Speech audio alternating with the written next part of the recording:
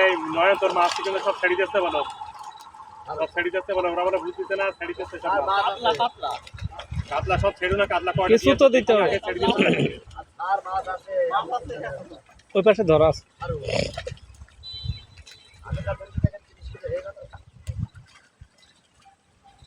আর একটা হাড়িতে দেন, মোট দুটোই 50 কেজি। ছেড়ু না, কাতলা ছেড়ু না, আগে দাঁড়া, ওই নয়ন বেশি নিক, তারপরে নয়ন নিয়ে নিক, তারপরে তোমার ছাড়ো।